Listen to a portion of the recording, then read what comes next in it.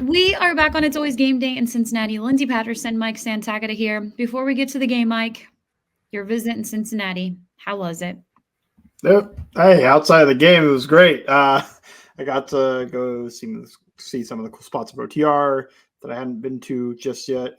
Ghost Baby, that the bar that's like a speakeasy, brands their ice cubes. So that was crazy to me. I got one with a G on it when I got a drink. I was like, okay, that's crazy. Got to I don't know, do a lot of stuff. Go to Eli's.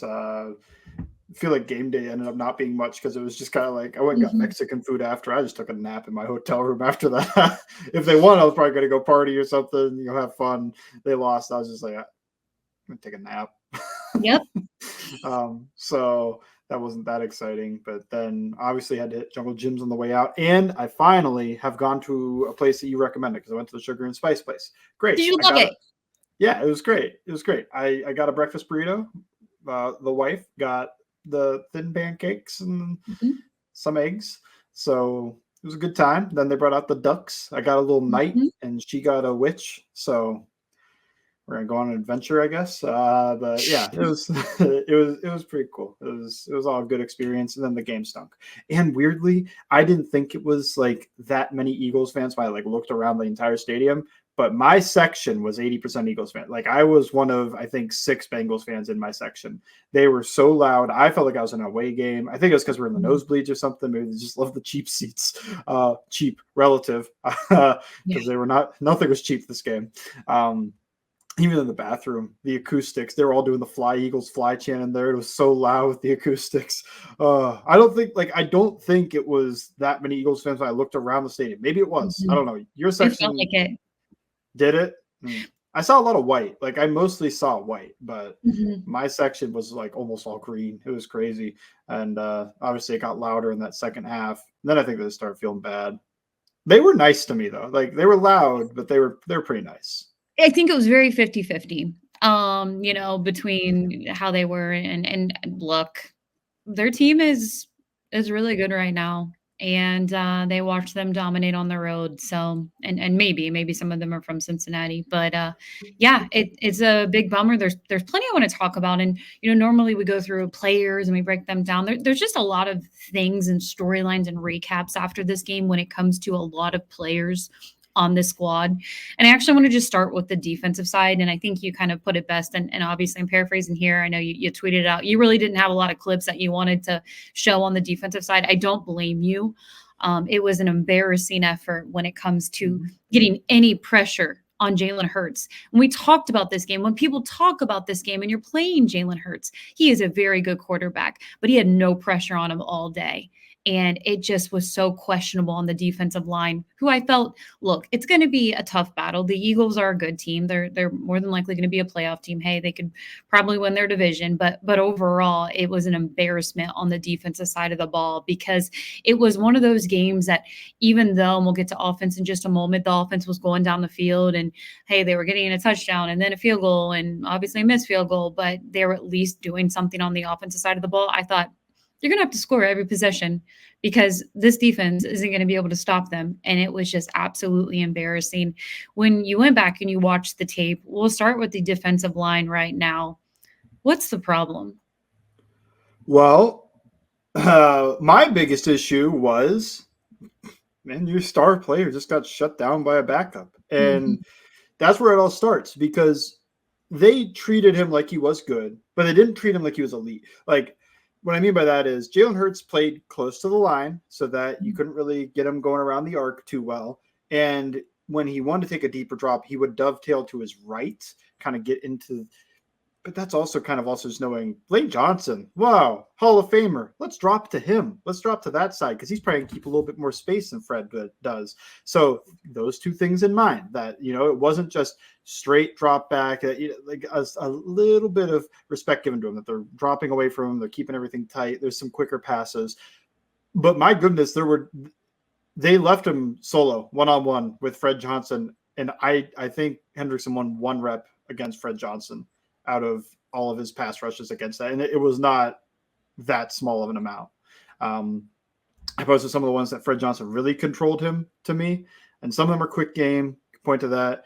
But I just feel like, man, this guy beat Andrew Thomas for 2 sacks and like 4 pressures. He beats like Jedrick Wills the week before for some pressures, multiple sacks. I think he's having an all-pro type of season.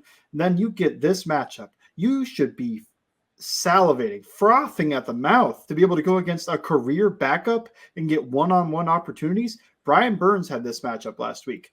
1 sack, 6 pressures. Now, I know it wasn't all straight rushes. There was a stunt in there, at least one. But I watched that and I was like, okay, so it's not that Fred is suddenly an elite offensive tackle. Like some people are wanting to think that Frank just couldn't develop him right. One, Stoutland's the best offensive line coach in the league. So we could talk about all the firings and whatnot eventually in this, but I'm just saying that I would be surprised if at the end of the year, Fred Johnson signing a 4-year deal worth like $20 million, like he's like some other team thinks he's a high-end starter. Now, I'm not saying he's bad. I'm saying he's just depth, and that's okay. He was a late-round pick. He was depth for the Bengals. I liked him a little bit as depth. Like, I think I would have rather had him than keep Cody Ford, but the Bengals seem to love Cody Ford. And, again, he was not abysmal in the game. He was just normal levels of backup quality. But, yeah, I think Fred sometimes shows some cool power. But end of the day, you get a career backup against you and you're the star defensive end, you need to the first time you get that matchup, you need to drive Jalen Hurts into the ground and make them go, oh yeah, that we have to treat him like a star. We have to treat this guy with more respect than this. We can't be leaving him alone with a career backup. They didn't. And that is where you get to the point of Trey Hendrickson's really good. But when you look at Myles Garrett and TJ Watt got Jermaine Illuminor last night. And I saw the most important player of the game, he whooped him for a strip sack. And that is, I think, just when you're talking about the elite of the elite, they win those matchups all the time.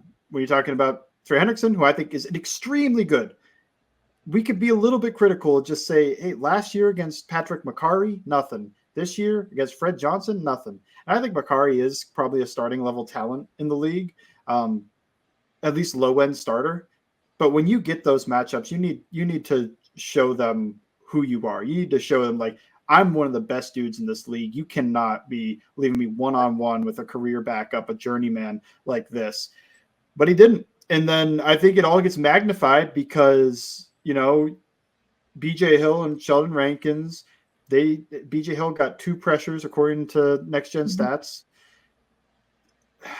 None of them were dominant. None of them were some big pressure that, you know, forced Jalen Hurts to throw the ball away or something. They got him off his spot a couple times, but then he ran for first downs. So it was frustrating. I mean, they only listed 5 pressures on there, and I honestly think one of the Hendrickson pressures, they gave him 2. I thought one was generous because the ball was out, and he was running around the back of him. He didn't look like he would have sacked him. It didn't look like he hurried him. It looked like he might have won the rep, but I don't think he had a pressure on the play. If they're not going to chart some things as pressure, some things not, but that's why charting subjective. But it gets magnified because your 2 defensive tackles who are highly paid aren't getting much pressure, especially Rankins. That was a disappointing game from him, although he does draw the Landon Dickerson matchup more. And they used him as a base end a bit, which was interesting. They were very focused on Saquon Barkley, which we said they might be. Yeah. Myles Murphy had 6 pass rush attempts, all against Lane Johnson. He didn't get a pressure. We'll get into it a little bit more, I think. Yeah. I think there's a little bit of hope for optimism there, which nobody seems to care about. They're playing Murphy more than Hendrickson. Murphy had 6 pass rushing reps against a Hall of Famer, the Andrew Whitworth of the team, and Hendrickson with his 20 pass rush attempts against Fred Johnson gets ignored. It's like one of those is worse than the other in terms of what happened in this game. Sam Hubbard, obviously, he didn't do anything against Lane Johnson either. They got a twist in there that Sam Hubbard got a little bit of movement on, but it was also freed up for him by BJ Hill. I didn't see anything from the rookie defensive tackles in this game in terms of pass rush, and I still haven't seen much from Chris Jenkins in terms of pass rush in general, which is getting a little bit concerning, but he still has the club, so I'm, giving grace there. And Osai might have had 1 pressure himself, but that's what I'm pointing to is just this defensive line got worked, and that was, I think, why the Eagles offense was so good. There's other issues with this defense. They still can't communicate things. They still can't pass things off. There's still missed assignments. There's still blown coverages. There's guys walking in there 3rd and 14, and Akeem Davis-Gaither is playing 3 yards off the line of scrimmage in a zone. You got to drop to depth, man. That rally and tackle. Who cares about that check down? Get it, and they throw it right over his head where he's supposed to be. You know, there's a guy running across the field in a fire zone. Nobody picks him up. Everybody's just dropping. They all point fingers at each other after the play, but nobody's picking him up. And we're so late in the year that it is very frustrating, very difficult to point to this just like, it'll get better. I don't think it will. Like, they blamed Dax Hill and Nick Scott and Jordan Battle for the communication last year. I don't think it's that much better. I still see there was a motion just kicking a wide receiver out wide, and DJ Turner and I can't remember the other player, they're pointing at each other, yelling, and then they both go with it, and then one comes back. And it's just, how is it like this? How is it this bad still? I think you are getting to the point of it is difficult to predict that Lou comes back, and I think Lou's a good coach, but when you have all these issues and then you kind of look and see like the guys, because there's some of my biggest complaints, there's some of his guys that are taking snaps from young guys. And I know Jordan Battle gave up a touchdown. I know Miles Murphy didn't do much in this game. But, you know, Sam Hubbard, Von Bell, it just – they shouldn't be on the field. Those are your guys, and they're making no difference whatsoever. Geno Stone, I don't know if that's one of his guys or not, but that's another guy that had a bad game. Again, the linebackers, no, they just look like they've regressed. And – I wanted to believe Logan Wilson was at least looking better early in the season. I think he was. Now it's back to not looking good. I mean, Wilson, there's a play where they fake a screen to the right and they hand it off to the left. Jermaine Pratt goes with the screen. Whatever. You give one guy that he's going to go with that screen. Why is Logan Wilson also bumping over and then trying to fit an outside to the left run right up the middle and getting thrown down? And the nickel to that side, I can't remember who it was, so I'm not going to – and who cares about calling guys out too much. He ran away from the center. He didn't care to stand there and try to make a play or try to hold that center up and squeeze things. He ran away. He ran away from contact. And it's tough. It's tough to watch this unit. It's bad. It's just a bad unit playing bad. And I was saying there were cracks in this armor the past 2 weeks. I didn't know it would be this bad, because I assumed they'd at least get some pressure and maybe force something, you know, a turnover, maybe force some bad passes. It didn't. It's just, what do you go to? Because Lou seems like he's scrambling for answers. Drop 8, dropping Hendrickson into coverage, bringing some pressure, bringing fire zones, bringing blitzes. Nothing's working. So I don't know what you go to. The defense is so bad. I don't know how a defensive coordinator and this defensive staff survives the whole season if it's this bad against any team with a pulse. Now, granted, they don't play every team with a pulse. They have the Raiders this week. Every time they lose like this, I feel like I'm looking ahead and I'm like, well, I'm going to pick them to beat the next team because it's not a good team. This is how I felt after the Washington game and the Panthers were up. I can't believe they're favored by that much. They should be. They have an offense. The Raiders have nothing. I mean, I'm not saying anything about the Raiders yet.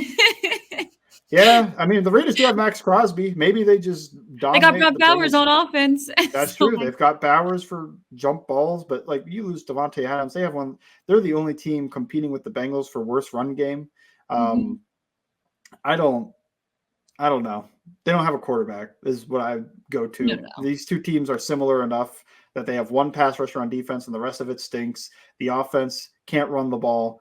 The difference is the Bengals have Chase and Higgins and Burrow. Other than that, they are actually kind of similar. I think people only look at the offense when they're saying the Bengals, they'll figure it out. I don't think they will on defense. I think we need to just get to the point of this defense is going to stink. Let's just get some young guys in there, get them some reps, let's be able to evaluate them. Yeah, I want to get to the offense in just a moment. There's just a couple more things I want to wrap up with the defense. I mean, when I look at these guys, I want the younger guys to be on there. Maybe they'll put Dejon Anthony out there and Jordan Battle. I think you have to at this point.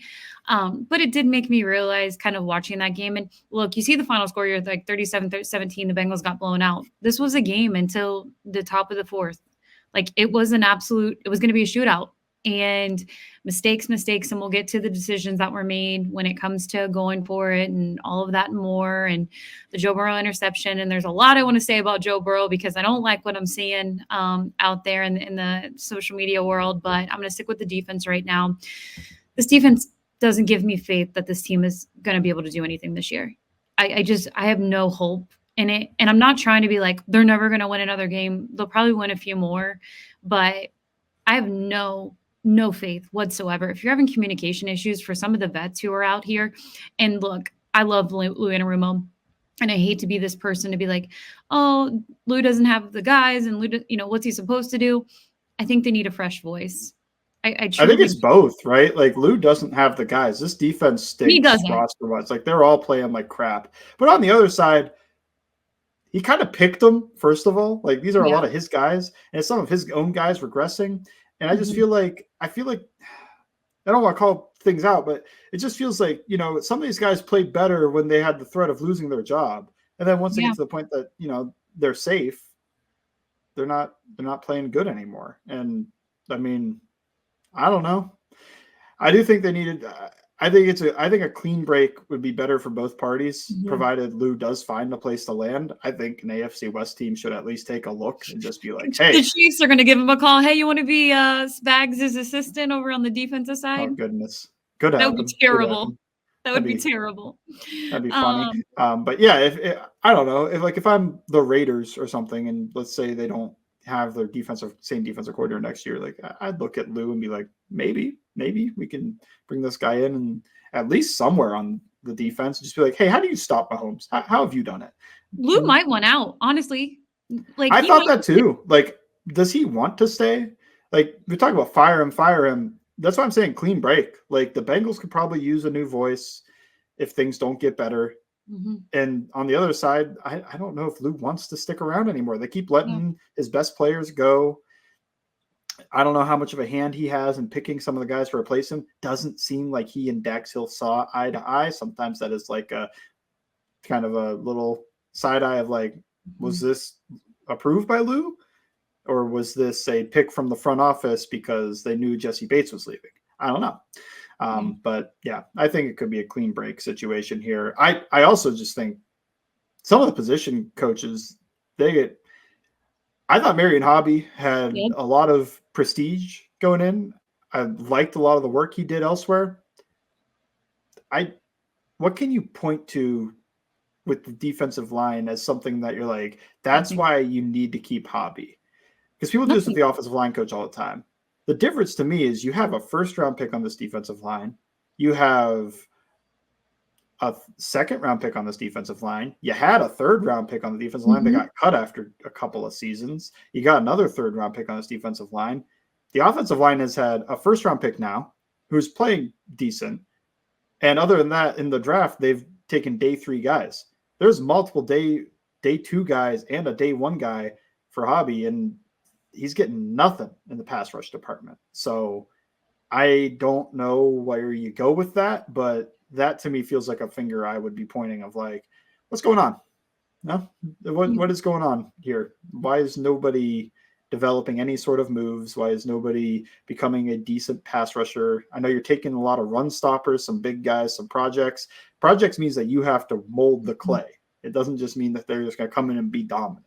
If you want that, you draft older prospects who already come with a refined move set. I think there's a lot of people on the defensive side that you just need a fresh start with. And Yeah. I'll say this: we'll get into the Raiders game later this week, and I will turn the page to kind of focus on that game because this is obviously it's a must win for the Bengals if they have any life left. I know that sounds crazy because I feel like I've said it a few times on the podcast I this think year. the must wins are dead. This is just they're playing games for Yeah. me. I mean, Well, maybe if they go 4-0 the next 4 games, this is I'll what this buy game. back in. At the moment, the best case scenario is what? You go 8-9 and luck your way into the 7th seed and I go don't get want blown an out in the 8-9. first If they game. go 8-9, I would actually be more disappointed, to be honest with you, because I'm like, then you're just at an awkward spot in the draft.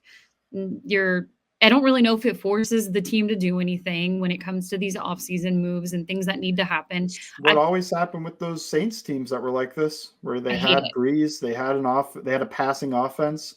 They would finish like 7-10. I'll say this Well, about the 7-9 at Bengals. the time. They don't deserve us talking about. I will say this. I will take back a little bit of what I just said. I will back up. They don't deserve us talking about any hope in this season unless they win about 4 more in a row. Yeah. That's what I think. Like, I don't care what happens in this game. Like, to me, must win, must lose, whatever. Yep. It's the They don't Ravens game deserve that us. would be a must win if you want to make the playoffs. Got to beat the Yeah, Ravens. I don't think that they deserve to be in any conversation as an elite team, and that bums me to Nope. say because I still want to talk Mhm. about the offense in just a moment, but they don't deserve to be in that conversation as there's still life left in this season. If they find a way, because sometimes this team just does that. As soon as I count them out, they go on this little streak, but I just don't think their defense is good enough to keep them on that streak. Look, they got the Raiders. They got a short week before they play the Baltimore Ravens. Baltimore Ravens just got a new weapon. Um, their defense could probably figure it out. It's a home game. It's Thursday night. It's a huge game for them under the lights. Bengals, I don't know. I don't know if they could win that. Then they got to play a Chargers team that is better. Justin Herbert is playing really good football right now.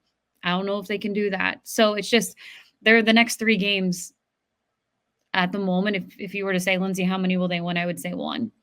But we'll see. We'll see what happens in those games. But right now, defensively, I try and think I want this team to make a trade. I want them to make a difference. I don't think they will.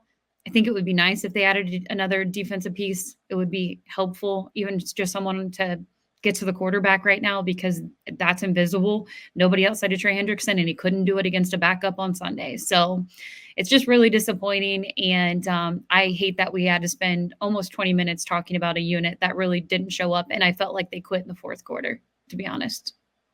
Yeah.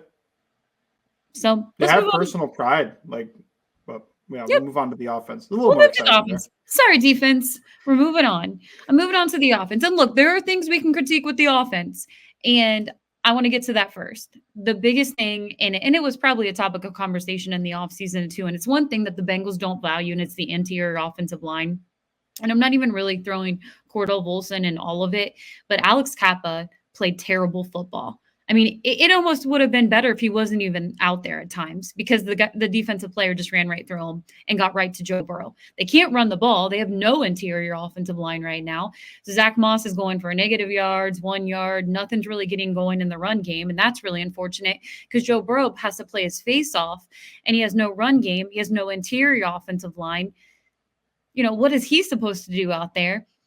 T. Higgins doesn't play, but he still has other weapons because Mike Gesicki goes off in the game. You have Jamar Chase, and it just nothing seems to function. And it's so questionable. And I hate to say that after a opening drive that took 10 minutes and it was masterpiece. It was beautiful. It was everything you wanted the Cincinnati Bengals offense to do. And for me, Joe Burrow had a few, the interception maybe we can talk about, but overall I thought Joe Burrow was the best Bengals player on the football field that day. And there's a lot of criticism for Joe right now, and I don't understand it. It was the Jermaine Burton 50-50 ball. Yeah, Joe had faith in his wide receiver catching that football. And he didn't come down with it. Okay, treading lightly. I want to talk about the run game, but I'm first going to talk about the Burton thing. What is going on? It's insane. It seems more important to a large section of the fans that you never say anything bad about the guy, that you baby him. It's like, he is a grown-up. We're not talking about an 18-year-old here. He is an adult that can be held to at least the standard of line up correctly and run the right route. I think there's a lot to like with him. That go ball was awesome. Beautiful. He had a 3-step, quick release, fires upfield, late separation, late hands to catch the ball. That's awesome. That's great. I think you can criticize what happened on the 50-50 ball. I think you could criticize both. I mean, I think that's not the best throw Joe could make. I think he could have led him more outside, trying to make it so that, you just make that catch in the corner of the end zone. Defensive back can't make a play on it. Also think, let's look around. And he didn't make that catch. Okay. And then there was a play down the left sideline right before half where Joe throws it towards the sideline out of bounds, trying to bring him back because they had, 20-something seconds and no timeouts. Burton just keeps running straight, and it's almost an interception. Just clean base, clean look. Burrow throws it. Somebody said that they talked on the way off the field after. I'm not saying that Burton stinks, that he shouldn't ever see the field. I want Burton out there, but I think it's also a little bit clear why he's not a full-time player just yet. He ran some good routes. He made an awesome catch. And I think that he needed Chase to help him line up. He didn't know when he was coming on for a substitution, and he didn't know how to adjust his route. When I say that he's running the wrong route, I don't mean that like they called a dig and he ran an out route. What I mean is just he's not seeing this game the same way as Burrow and making the adjustments, because when you're in the NFL, a lot of wide receiver routes are reading the coverage, reading your leverage, and knowing the adjustment that you have to make, especially with Burrow, because he throws the ball so well on that back shoulder on the go routes, on anything vertical down the field, that he can always sit you down and make you go sideline out of bounds. And that's what he tried to do. He tried to say, hey, we're going to go out of bounds here, because if I throw you a go ball, what happens after you catch it? Time runs out. If I get you to go out of bounds, then time can stop. We can get a field goal. It is what it is. Like, I don't, and it just seems like there's like a cult of Burton that has caused people to start blaming Burrow for a lot of stuff. Burrow played better than Burton. Yes. Now I want to get to the next part, because I don't want to just rag on Burton. Like, I think he's good. I liked him in the draft. I thought second round time, people have gone crazy with like he was a guaranteed first rounder without the punching a female fan scandal. It's like, I don't know about that. Like, I saw a second round guy. There were a couple of questions here, but second round, still a heck of a receiver. I really liked him. I thought he could contribute right away. And I think he still can contribute right away. I think you need a package for him. 12 plays. Just, hey, know these 12 plays. When we call these 12 plays, know every adjustment, know every coverage, know everything that's going to happen on these 12 plays. We're going to call them for you. And some of them are probably just go balls. Like, just run down the field. Yeah. If they're playing us like this, we're going to call this play for you, and you can run down the field. And then don't worry about the other 40 that are going to happen in this game that we have ready. Don't worry about it. Just have these 12 plays, and then slowly kind of open up the fire hydrant. You know, it starts easy and then it gets more and more. I don't think they're doing that. I think that you can blame the coaching staff of like, hey, you got to get him out there. He can't be inactive on game day. This is your third round pick. He can't, you know, like some of this falls on him for not knowing what's going on, but, and we don't need to baby that. We don't need to say, oh, Chad didn't know his routes either. Chad's Chad. Chad was an awesome receiver from day one. We haven't seen that yet. Chad was a different level of receiver to me. And it was also a different day and age. I think that's also in there too. It's just like that was a different style of NFL going on at that time. I think you can criticize like, hey, he should know a little bit more about where he's lining up and everything, but let's just give him 12 plays every week. And then once he gets those 12 plays mastered, you just open up a little bit more. Let's go to 17, 16, somewhere in there, because nobody likes odd numbers. Let's go 16 plays, and then we'll get you in more and more and more as the season progresses. Either way, the cult of Burton is crazy to me, because they were blaming Burrow for a lot of stuff. It was like, I don't know, man. Like, Burrow was the best player on the field. And why I'm saying that, do you know the rushing success rate of the Cincinnati Bengals on Sunday? I just know Joe Burrow is our leader. It was 12%. That means out of 17 runs. I'm going to do the quick math here. Back of the napkin. Math. Joe Burrow led the running backs. That's how bad it is. That is a 2% rushing, or that was 2 successful runs from, and they're both from Chase Brown. Is what it is. Yeah, Burrow was the best runner in this game. I will say, when he was Joe Burrow made some miracles happen. The third and 22. But they were only in those long third downs because they couldn't run the ball. Yeah, 2 successful runs, 1 a touchdown, and then 1 successful run other than that. I mean, that's a problem when you line up. And I do not think Burrow needs some elite run game to be able to sustain. But can you just be normal? Can you have a normal run game? Because that is in the first percentile for all games. That is a 1% outcome for running the ball, a 12% success rate. That is terrible. It's, and both those runs picked up first downs as well. So it's not like they ever put him ahead of the sticks. He put himself ahead of the sticks once, and then Zach Taylor called 2 runs. What are we supposed to do here? 2nd and 2 run. And I think the running back kind of missed something there. 3rd and 2 run, bring in the extra offensive lineman, run it away from him. Get the crap kicked out of you. You don't pick it up. All right. Now you're in 4th down. You finally give the ball to the guy who's the only reason this offense was not terrible. I mean, he had a 52% success rate. It was 75th percentile in late downs. Run game, 0 successful plays. The passing game, 75% success rate on late downs, 3rd and 4th down.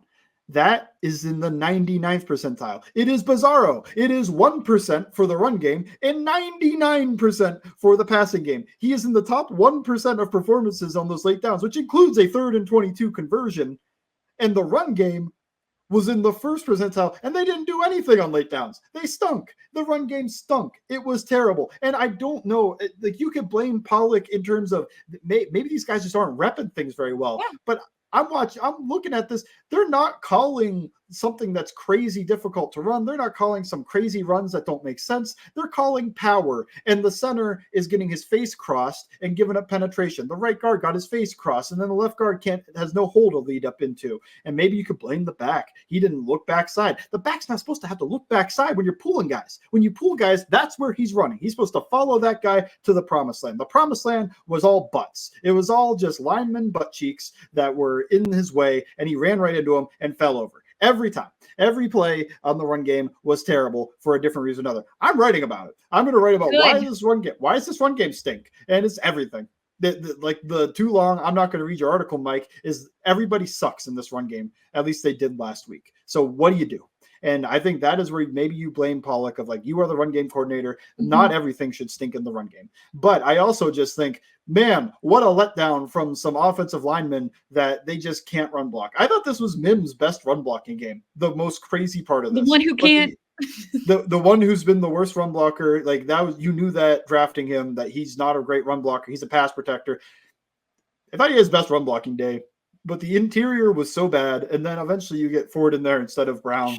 And Brown himself is more of a pass protector as well. They draft and sign guys that are better at pass protection, other than, I think, Volson when they drafted him. But I'm pretty sure when they drafted Volson, they thought they were getting depth. And they've been starting him because it's cheap and because he's passable enough.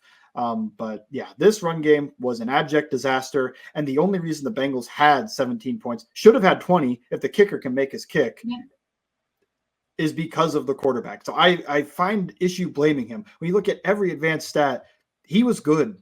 He's number one in the NFL right now. 72nd percentile. Yeah, you look at all those. QBR, number one in the NFL. It's like, why are you blaming him for this other than just win-loss? You just blame the quarterback. I don't know, because I thought he played pretty darn well in a game where he didn't have his number 2 receiver. The number 2 and number 3 that were in there for him didn't really give him a ton to work with. I think Josivas dropping that ball, really difficult to kind of deal with there. I think it should have been a better day for him. You have the Gesicki fumble. You've got the interception, which I think Chase, I think you got to make a better play than that on the ball when you got, yeah, it's, man, watching this is terrible. And the only good thing was Burrow. Then, like, yeah, I did not avoid it this week of seeing the fans blaming him for why this offense wasn't great. Like, hey, the run game was god awful.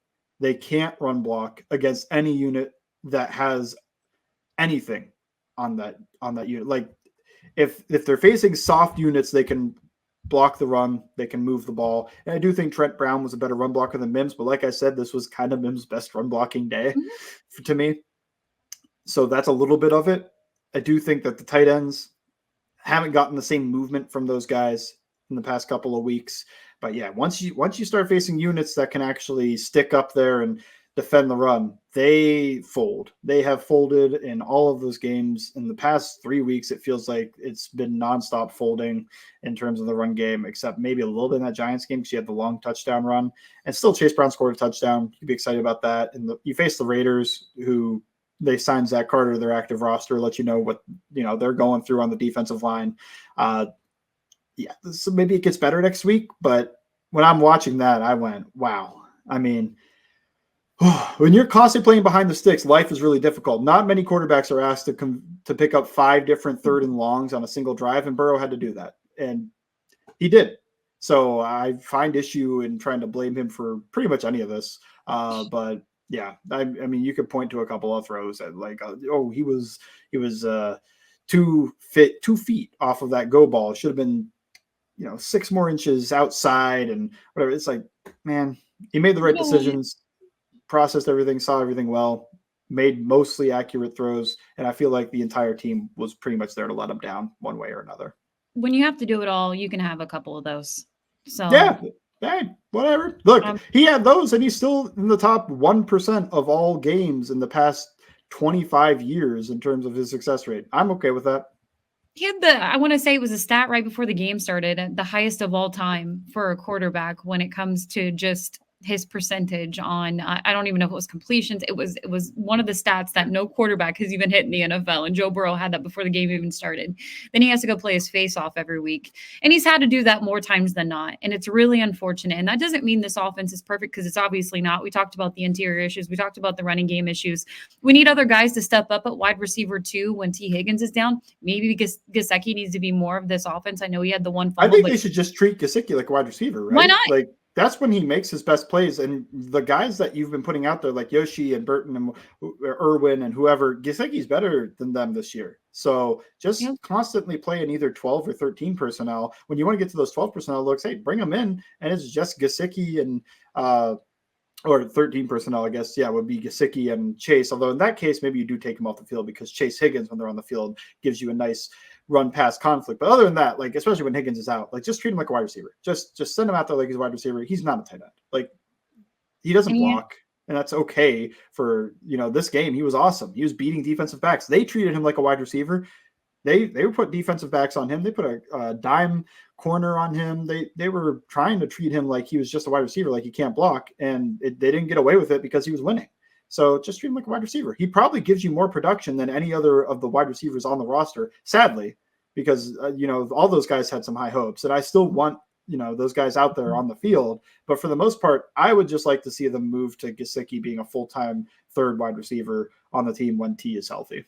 I will say this, and then we'll wrap up, because I feel like we just needed a rant. And that's fine. And that's what you do after a game like that.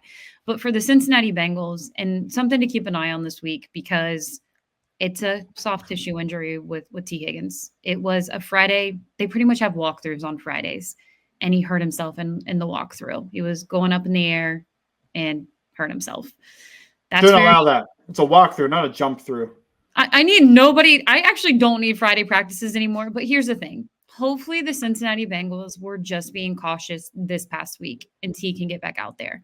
But if we're going into Wednesday and there's no T. Higgins, and then we're going into Thursday and there's no T. Higgins, I need this game plan. And we don't know what's happening behind the scenes when it comes to what the offense really knows and what they're planning behind the scenes and what they're really saying. They don't really have to tell anybody anything until they just put out the injury reports. But just be prepared. Be prepared to be without T. Higgins again, honestly. I mean, until he's back out there, and he's been having a great season, obviously, when he's healthy and he's out there. But I will just say this, Mike. If they lose this game and T. Higgins is healthy after, you really got to think about the best decision for your club. Yeah. Yep. They're not keeping him. If they're not keeping him, trade him. Yep. I mean, and you're not competing. Yeah. If you're not, to me, if you're not competing, like, why? I guess you don't want to trade him somewhere that could compete with you in 2 years when you might be better. But man, that is frustrating, because if it was me, I would have re-signed him a while ago. But they don't. That does not seem to be in their cards. They just seem to think they'll replace him, like they replaced Bates and Reeder, and we move on. At least they have been better at drafting wide receivers than most other positions and developing them. But yeah, I'm not opposed to the idea. I hold out the hope that they'll actually just see how important he is and re-sign him. I don't think it's happening. So. Nope, I'm okay with the trade. And look, to me, the season's kind of dead. So if they did it this week, I'd just be like, yeah, I get it. I also think this was something they could have done earlier and gotten more in return, because what are you actually getting now? Deontay Johnson goes for a 5th-round pick swap. Your best hope is like Cooper and Adams, I think, went for 3rd-rounders. Mm-hmm. So you're hoping that's the one part where you might look at that and go, like, the comp pick is going to be a 3rd-rounder. So I would at least ask for a 2nd or a 3rd plus something. Mm-hmm. But I think if you traded him this offseason, it could have been more. I think a team desperate enough would have traded a 1st for him, maybe draft night, maybe right before. What about this Dexter Lawrence player swap? I don't think the Giants accept it. They won't. They love him. They should love him. They already paid Dexter Lawrence too. Like, it would cost them some money, unless there was like money switching around that I don't understand how that works. I think it costs them money to trade him. So that's probably not happening. I always love, this was not what you did, but sometimes I see like the Bengals need to trade for this guy. And then it's like, what's the offer? It's like a 2nd. It's like, What do you mean a second for Dexter Lawrence? They would want 2 firsts at least. Like, Yeah. so yeah, I just think the T. Higgins value is probably not high enough because you can get Dexter Lawrence. He has years of extension, and T. Higgins, his contract ends at the end of the season. I wish there was a player-to-player trade that made sense in my head right now, but you're probably getting somebody who's a worse player in that deal. Like, Yeah. I do think that, D's awesome and Dexter Lawrence is awesome. That could make sense if there were no contracts, but the contract stuff, they're going to sadly not going to be able to.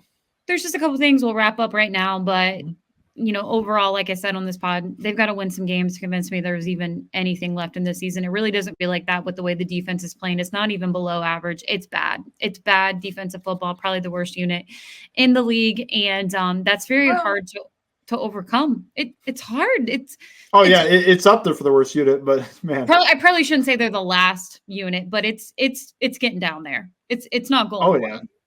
At least they can hold the Giants to 7, I guess, is where you could look. Like, if they've played bad quarterbacks, they can put up a performance. And that's it. Okay. It's too bad they really don't get that opportunity for a lot of these games that they have left this season. But hope, I guess, is what a lot of people want to lean on. That's all we got. Hope, little hope. I think maybe we'll just hopefully.